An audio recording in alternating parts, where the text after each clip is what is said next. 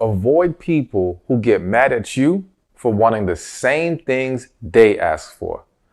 I just read that quote online. I paraphrased it a little bit, but we're talking about narcissists, all right? Now listen, a narcissist is one of the worst people to end up in a relationship with, or to have to realize you're even dating one. But the reality is that you have to become aware of the signs. And I know narcissism is a hot topic, one that I kind of avoided for a long time, but we're going to dive into it. So listen, sign number one that you're dating a narcissist is all they do is talk about themselves. Now listen, at the core of narcissism is someone who is very self-centered, someone who thinks the world revolves around them. And this individual cannot help talk about themselves all day long, all right? And so they'll go on these rants and just talking about them, and they also brag a lot, about what they've done, what they're accomplished. They're always holding themselves in this very high regard. But it doesn't stop there with the narcissist. The narcissist will also find ways to make the conversation about them, meaning you could start talking about something that you went through or you're going through that day. And somehow, some way, they're going to interject themselves like, yeah, I know when that happened to me. It's like, yo, we haven't even addressed what's going on with you. We're not really paying attention here. He's just, he or she, because narcissists can be male or female, all right? That individual just turns it around and makes it about them. Now, listen, I think we can all acknowledge that we've probably all done that at some point in our lives. There's been a time where we were listening to someone tell a story, and maybe because we related to it so much, or we wanted to show them we understand, whatever, or we just want to share this moment, we may interject ourselves and kind of give our story of what happened to us with that same situation. That's not a problem. It's a problem when it's constantly happening. And with the narcissist, it's constantly happening. So you've got to really pay attention to that. If this individual is always about them, that's a sign they are narcissists, all right? A second sign you are dating a narcissist, or maybe even in a relationship with a narcissist, is that they constantly look down on other people, all right? So again, narcissism, it causes these individuals to want to put themselves on a higher pedestal, want to feel like they're better than others, all right? And in doing that, those individuals feel the need to knock other people down or feel the need to look down on other people. They can be some can come across very bougie, all right? Some can come across very arrogant in the way that they view others, all right? Some of these people will have that holier than thou mentality or attitude towards others, okay? It's almost like they can do no wrong, but everybody else is crap. And so you start to notice this, and it's important that you don't just focus on if they're projecting that onto you, but that you also focus on, are they projecting that onto other individuals? Because one of the common occurrences with some narcissists, and this is something that we'll talk about in a different video, is the concept of love bombing. And essentially, in the early stages of dating them, they're trying to make it all about you. They're trying to pour out all this love. They're bum rushing you with all this admiration and love, right? But it's to gain your affection and turn the tables on you later. And so early on, you may not notice them doing it to you as far as looking down on you and things of that nature. But it's very unlikely that they'll hide that attitude when it comes to other people. And that's why it's very important, not just in the case of trying to sniff out a narcissist, but just evaluating an individual that you're dating is seeing how they treat other people, because that tells you a lot. Again, when we're dating, many people want to bring their representative. And individuals, narcissists or not, want to try to put on a show, want to put their best foot forward, all right? And so in that, they may hide some of those issues. And again, specifically when they're dealing with you directly, in regards to how they speak to you, so on and so forth. But those people show it in other ways. So you got to pay attention to all of that, because again, the narcissist is just very, very condescending, all right?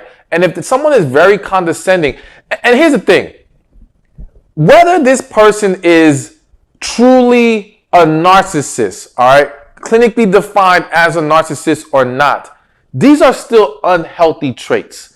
These are still red flags, all right? So sometimes we have to make sure that we don't get so caught up in trying to make them fit the label specifically, but more so, is this a trait, a behavioral pattern in them that can actually contribute to a healthy relationship or destroy one? And the reality is that if you're dealing with a condescending person, if you're dealing with someone who thinks they're always better than other people, that's going to cause a problem. Even if initially you can tolerate it, you're going to get worn down by that. Many of you watching this right now have dealt with this. You may have thought it was no big deal. You may have even laughed it off initially. But at some point, that negativity starts to really wear you out and starts to weigh on you. And it starts to just create all kinds of other issues in the relationship. So essentially, yes, they will look down on others, be very condescending, and you got to pay attention to how they are with other people, not just with you. Number 3, the third sign that you are dating a narcissist is that they are quick to gaslight you.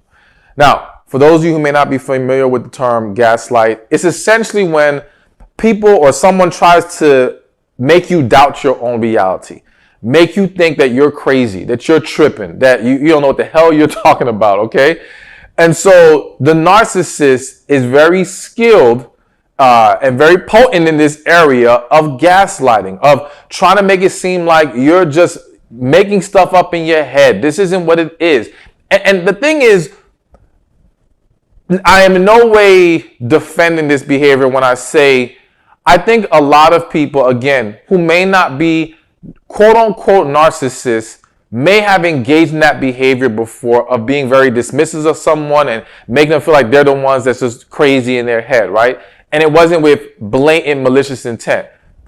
However, I think what's important, and that's why we have to always consider multiple signs, not just one sign and jump off the ledge like, or run away from this person like, nah, this ain't gonna work. And remember my rule. My rule is you always address things, because sometimes there are misunderstandings. Sometimes there are bad habits that may have been developed in other relationships that people are carrying into new ones. And so if you address them and they're willing to correct it, then we don't need to throw them in the narcissist bin and just say, no, I'm not going to deal with them. They're clearly willing to take responsibility and acknowledge the issue. However, going back to this gaslighting, one of the key things you're going to see with the narcissist is not only are they being dismissive and not considering how you feel and trying to understand you, again, it's the energy and attitude behind it. It's very negative. It's very looking down on you. It's very judgmental. All right. It's not just I don't understand what you're saying. You know, it's not just a disconnect. It's this attempt to manipulate you into forgetting and letting go of your beliefs and accepting how they want you to see something. All right. And that, again, is extremely unhealthy, extremely problematic. And you've got to catch yourself, because I've seen so many people, women and men, dealing with this behavior, all right, and really fall into the trap. Now, here's a key to this. If you go into a conversation with somebody and you're trying to discuss how you feel about something, all right, and you notice they're again turning these tables on you, calling you crazy, whatever.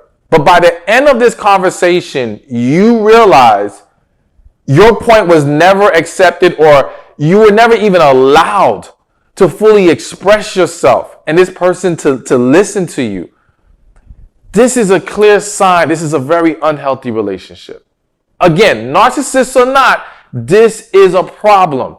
And you've got to realize that someone who's trying to have a healthy relationship with you is willing to hear you out. They may not always understand you. I think we have to realize, yes, there's going to be disconnects sometimes. And sometimes because of our upbringings and what we've experienced, we will see things differently. But we cannot get into dismissing each other. And again, not calling our partners crazy. That is something that we really have to avoid. I'm laughing, but it's a real issue. You should not make people question their own sanity. All right. Sometimes people are quick to use the word crazy because they don't understand you. They don't want to understand you. But that's not fair to anybody. No one's crazy. We just have difference of perspectives, and there can be various other reasons why or what's contributing to the disconnect at that moment. But either way, the narcissist is a professional gaslighter, all right? And you have to be aware of that so that you understand what kind of person you're dealing with. All right, so let's keep this moving. And now we're at number 4. The narcissist is emotionally detached. Now, again, this is where it can get tricky, going back to the reference of love bombing, all right? So if you're dealing with a narcissist who's coming in hot and he's trying, or he or she, I keep saying he, forgive me when I keep saying he first, because it's he or she. Narcissists are men and women. I want to make that clear, okay? When this individual is coming in hot and they're trying to hit you with all this admiration, love, affection, whatever, this will now be processed to you as, well, there's no emotional detachment here. They're clearly all in. But this is where, again, you have to start paying attention to the other relationships in their life. Because the narcissist, again, what you're going to see is a pattern of emotional detachment in other areas. I, for example, know I had one client, she was married to a narcissist, okay? And when I evaluated her husband's relationships, I started to notice that the man was very detached from his kids emotionally. He may have been present for the children, right? But emotionally, there was a disconnect there. There was emotional disconnects with siblings of his. There was a level of emotional disconnect with his own parents. Like it was a continuous pattern of he was very self-absorbed, very about him. He was following a lot of these other behavioral patterns, right? But again, you saw this detachment in other aspects of his life.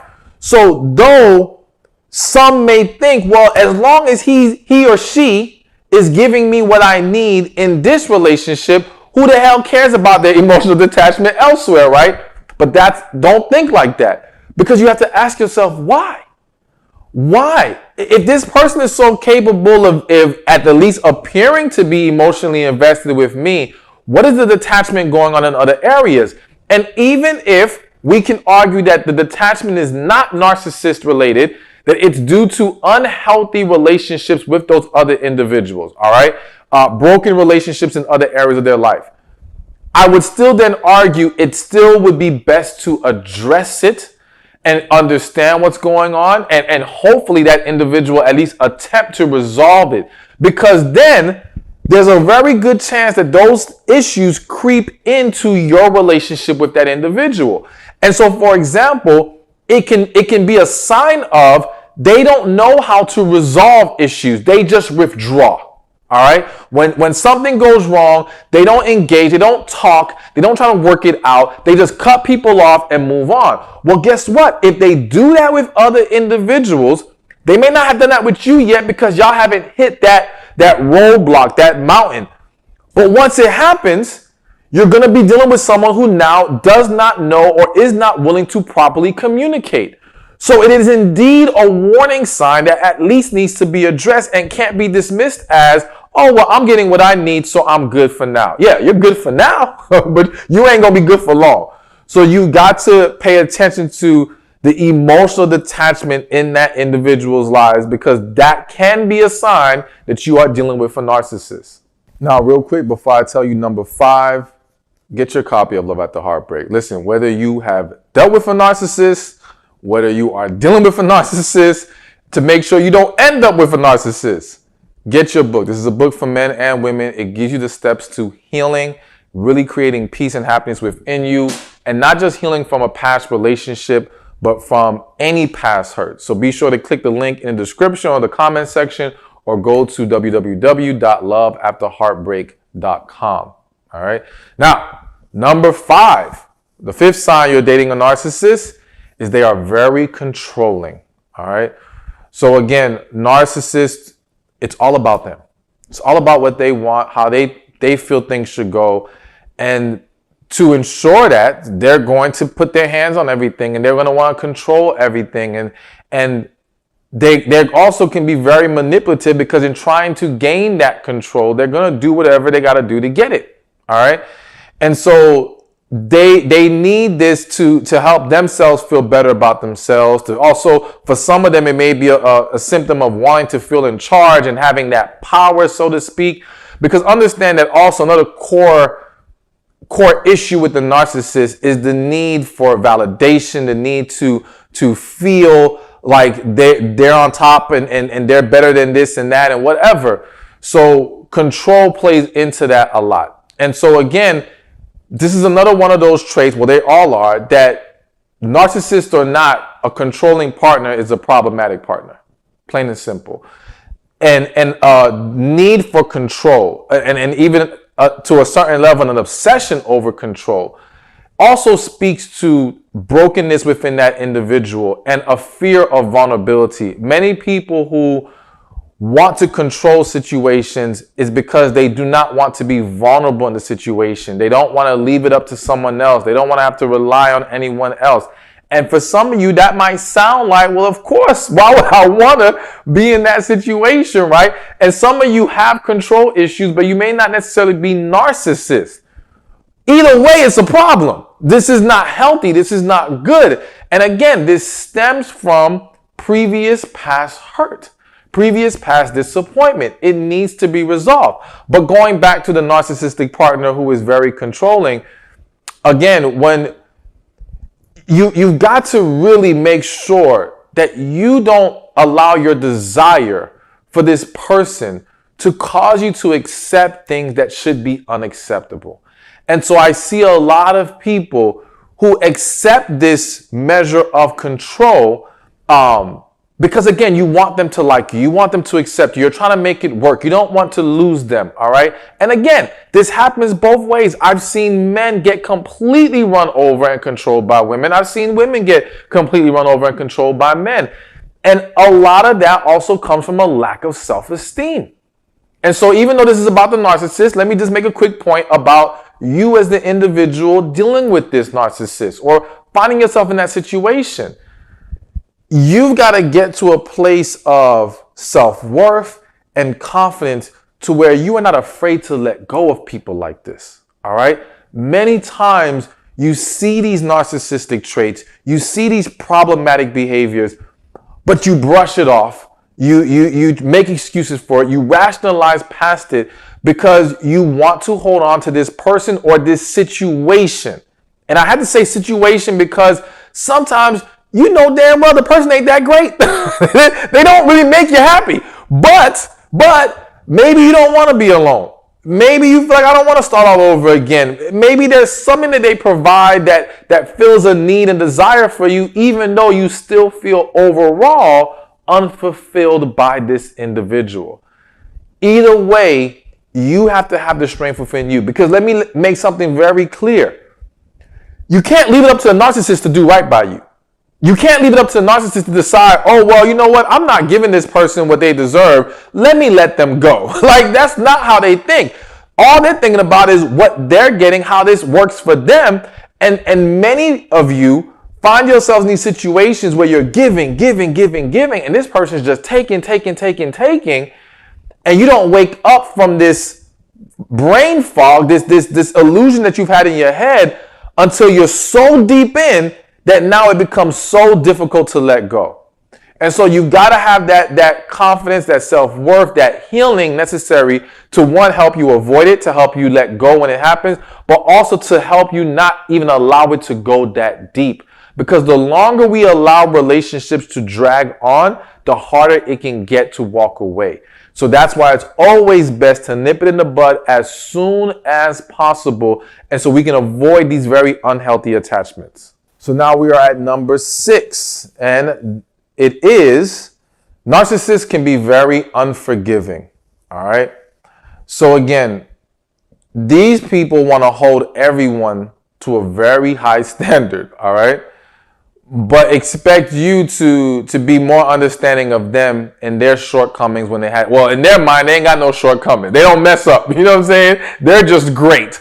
But everybody else like you do anything they don't like. It's not even that you did something wrong. You do something they don't like. They can be very unforgiving, very, again, attacking with their energy and their spirit towards you. And a lot of that is manipulation, because there are very unhealthy people out there who use anger to manipulate others and get what they want. And again, when we understand that the narcissist, it's always about them. When we understand they're very controlling, they're all about getting their way, essentially. This person is going to want to basically burn you, okay, because you did something they don't like, to make sure you don't make that mistake again in their eyes, or to basically teach you a lesson, all right? And they're going to use it because anger, even when they did wrong, they could do wrong, and they will use getting angry at you to turn the tables on you. All right. And to make the issue about you, to take the spotlight off of them and to absolve themselves of the issue. Because again, they're not the individuals who are likely to take responsibility. All right. And so in an effort to not take the responsibility, there's always deflection. There's always, no, it's you. It's never them. It's you. You're the issue. You're the problem. It's not, I was being sneaky with my phone. It's why the hell you went through it. Okay, you know what I'm saying? Now some of y'all might be mad at that because I don't know how some of y'all moving out there, but it's just the truth. Okay, like it's quick to make the issue about the other individual and not them. And again, and in being unforgiving, it's also a way to hold it over your head, so that now they can use this against you in future situations. All right, because if they forgave you, then they have less leverage to throw it back in your face. They have less leverage to now, again, use it for further manipulation down the road. So by being unforgiving, it's like they're going to keep it in their pocket and use it whenever they need to use it. All right? And it's just a very unfortunate and unhealthy dynamic, but it's something that you have to be mindful of. And again, don't just focus on them doing that to you. Do they do that to other people? Because even if they have yet to do that to you, if they're very unforgiving towards others, trust it's going to come back to bite you at some point. They're going to bring that your way at some point. It just don't stay with other people and never comes home to roost. Like, or however you say that. It doesn't come, it's going to come back to you at some point. Bottom line. All right. So let's move on to the next point. The seventh sign you are dating a narcissist is this person is constantly seeking attention and validation. All right. Now, I always say attention is the need for attention is one of the most powerful and corrupting drugs that exist right now. And with the internet, oh my Lord, it has just created an avenue to really feed the beast for a lot of people. And now listen, I don't want to demonize people who like a level of attention, so to speak. But again, there's a line that it crosses that this becomes very unhealthy. And this person is always seeking it. They are not satisfied with the attention they get within the relationship. They need it elsewhere and they got to go look for it. And this is where now they start to engage in other unhealthy things. They also always need validation. Now, let me make this point. Don't confuse, what's the one I'm looking for here? Don't disregard the need for you to give love, attention, validation, and compliments. I want to underline and highlight that word. Compliments to your partner, all right?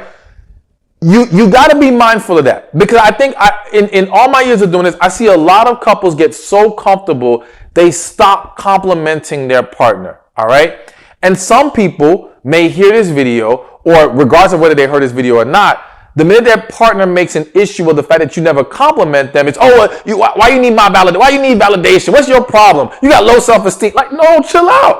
You can't, that's not fair. That's not fair. Everyone wants to feel loved and desired by their partner. They want to know their partner's attracted to them. All those things. Yes, I'm not saying if that person needs to hear it every single day or something, okay, yeah, I think we can all agree that's a bit unhealthy, right?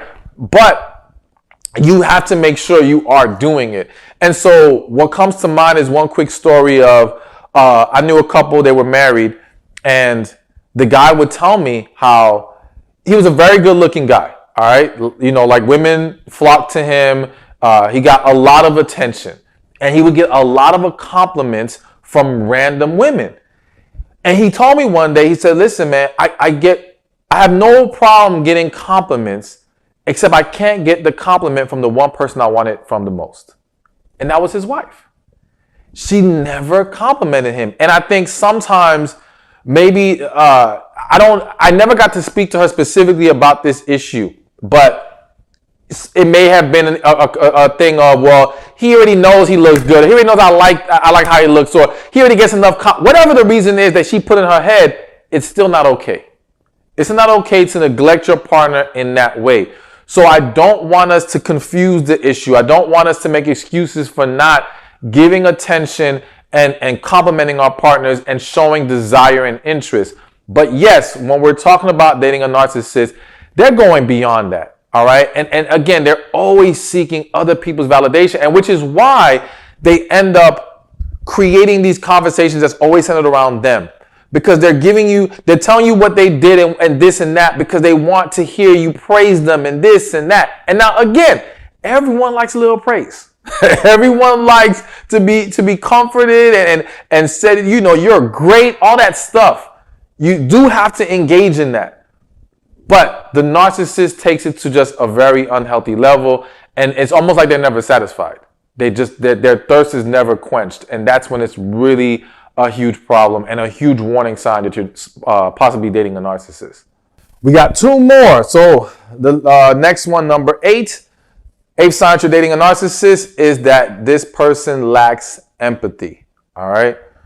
So again, this type of individual is just very dismissive of other people's feelings, how other people see. They make no attempts to put themselves in other people's shoes, to try to understand and empathize with individuals.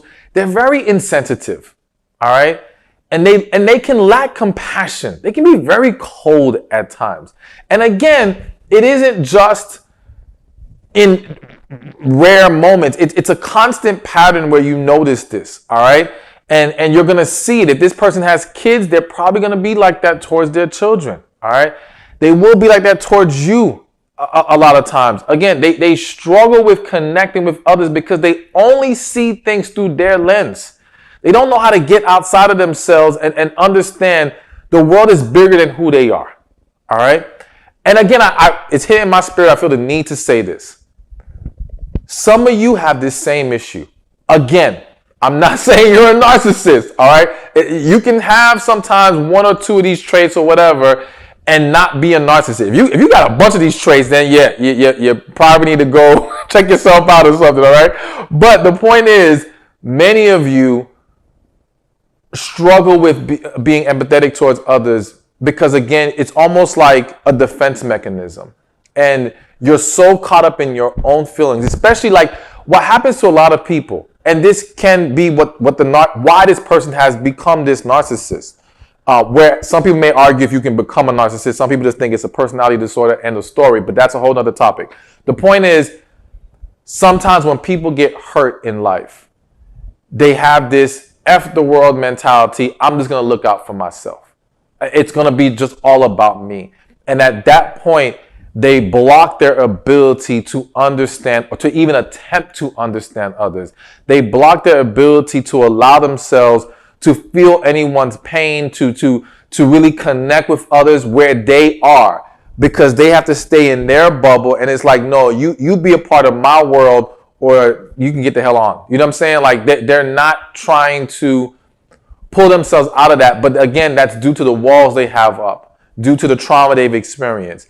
And that's why I do want you to understand that I'm going to invite a guest to really dive more into this narcissist topic. But me personally, I do believe that for a lot of these people, if not all, it's a need for them to heal. It is, the narcissism is a sign of brokenness within them. That doesn't mean, oh, okay, well, they're just broken individuals. Let me keep dating them and help them heal. Listen, you can't heal nobody. They have to be willing to go get the book, Love After Heartbreak. They have to be willing to go to a coach, a therapist, somebody. They got to be willing to face their issues, right? But we don't need to look down. The same way we don't like how the narcissist looks down on others, we should not look down on anyone else, all right? They have their demons, their skeletons that they have to address. But when you see these signs and they're unwilling to correct these things, then yes, you have to let them go. Narcissists or not, you have to let them go. And so the last sign, all right, is that the narcissist is known to throw temper tantrums, all right? So again, I mentioned earlier how the narcissist will use anger as a tool of manipulation, a way to get their way, a way to deflect.